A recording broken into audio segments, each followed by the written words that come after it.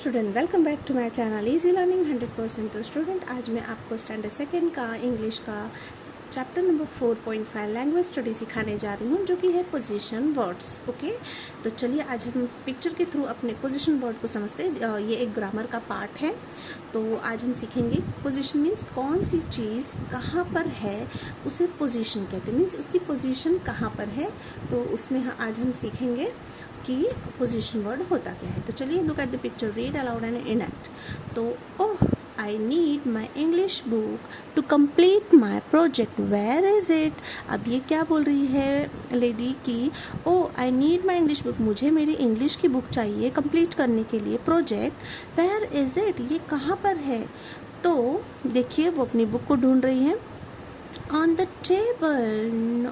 Table no, क्या उसकी book table के ऊपर है? पहले उसने टेबल के ऊपर देखा, तो ऊपर को हम ऑन बोलते हैं। क्या? ऑन। किसी चीज़ की कोई चीज़ ऊपर होती है तो उसे ऑन कहा जाता है। तो देखिए इस टेबल के ऊपर क्या बुक है?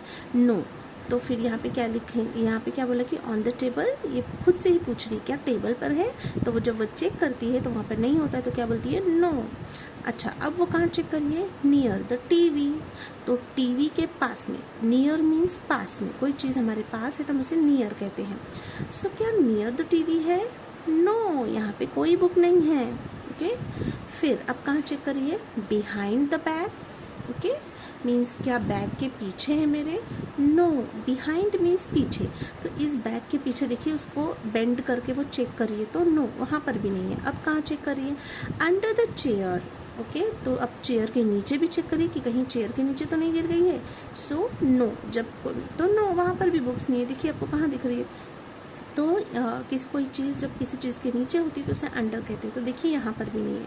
अब लास्ट कहाँ चेक करिए? In my purse. यस, कहाँ पे मिली उसे उसकी बुक? उसके पर्स में। ओके, तो यहाँ पे उसका पर्स था, उसमें उसको बुक मिल जाती। तो देखिए कोई चीज़ जब अंदर होती है तो उसे इन कहते। तो पर्स के अंदर थी ना ये बुक, तो इन हुआ अंदर, तो ये यहाँ पर मिल गई है। ओके, देखिए हैप्पी फेस मिल गया उसे।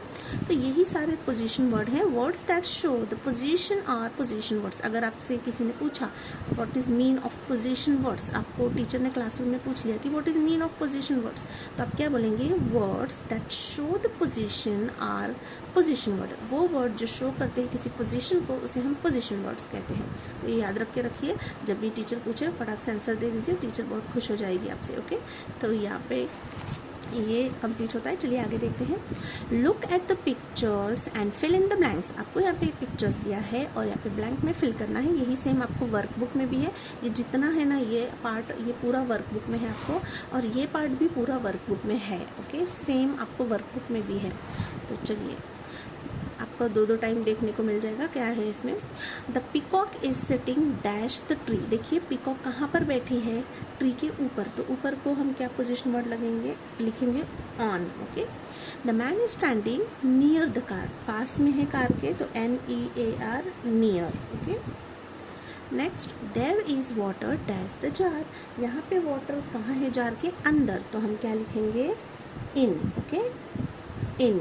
यहाँ पे मैंने कर्सी में था इसलिए मैंने आपको फिर से यहाँ पे ब्लॉक लेटर में लिख के दिखा दिया। The car is parked dash the tree. Car कहाँ पर पार्क्ड है? Under the tree. देखिए ट्री के नीचे, तो उसे बोलते हैं अंडर। ओके, नेक्स्ट है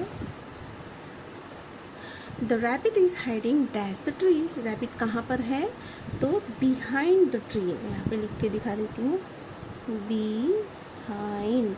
okay, behind the tree. Okay, तो यहाँ पे मैं यहाँ पे लिख ही देती हूँ। आपको कर्सिव नहीं समझ में आती है, बहुत लोग मुझे कमेंट्स करते हैं कर्सिव हैंडराइटिंग समझ में नहीं आती है, तो मैं यहाँ पे इसको रब करके अच्छे से ब्लॉक लेटर में लिख देती हूँ ताकि ये सभी को समझ में आ जाए। ओके, तो ये पोजीशन वर्ड्स है स्टूडेंट।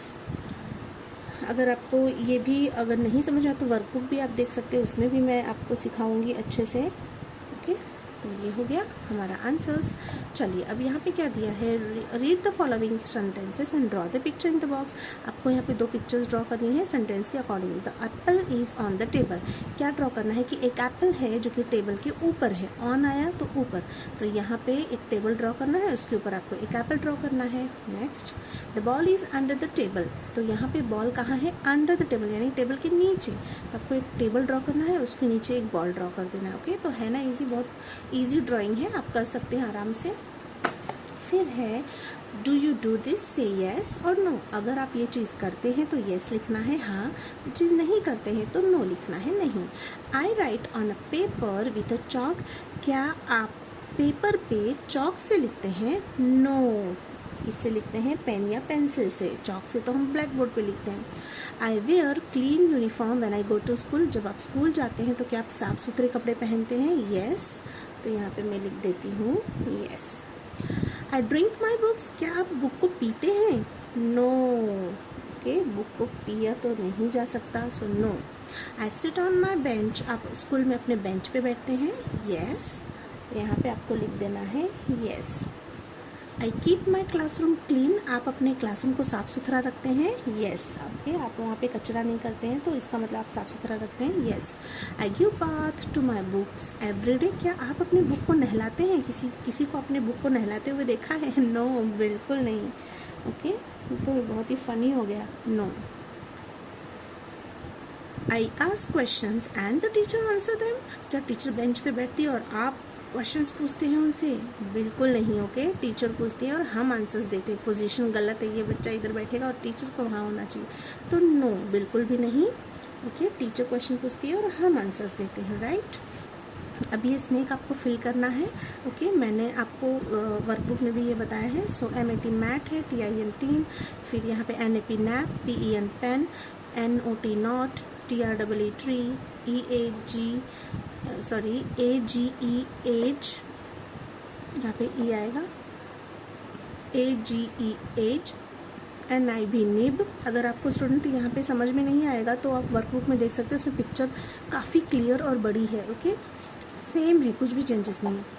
निब हो गया, ONE बन। ओके, तो ये हमारा स्नेक कंप्लीट होता है। इसमें वावल्स आपको फिल करने हैं, means A, E, I, O, U, बस इन 5 में से ही इसमें आएगा कोई मीनिंगफुल वर्ड बनाना है इसे यूज़ करके। ओके, तो यहाँ पे जो है स्टूडेंट हमारा ये चैप्टर है वो कंप्लीट होता है, जो कि पोजीशन वर्ड आज हमने जो सीखा है चैप्टर नंबर 4.5 लैंग्वेज स्टडी में। तो इसे अच्छे से आप समझिए, पोजीशन वर्ड कहाँ कहाँ यूज़ करना, आप खुद भी घर में यूज़ कीजिए पोजीशन वर्ड को, तो अच्छे से आपके माइंड में फिट हो जाएगा कि कौन सा वर्ड हमें कब और कैसे यूज़ करना है पोजीशन के लिए। ओके, तो thank you so much for watching my video, मिलते हैं नेक्स्ट वीडियो में, तब तक के लिए बाय बाय।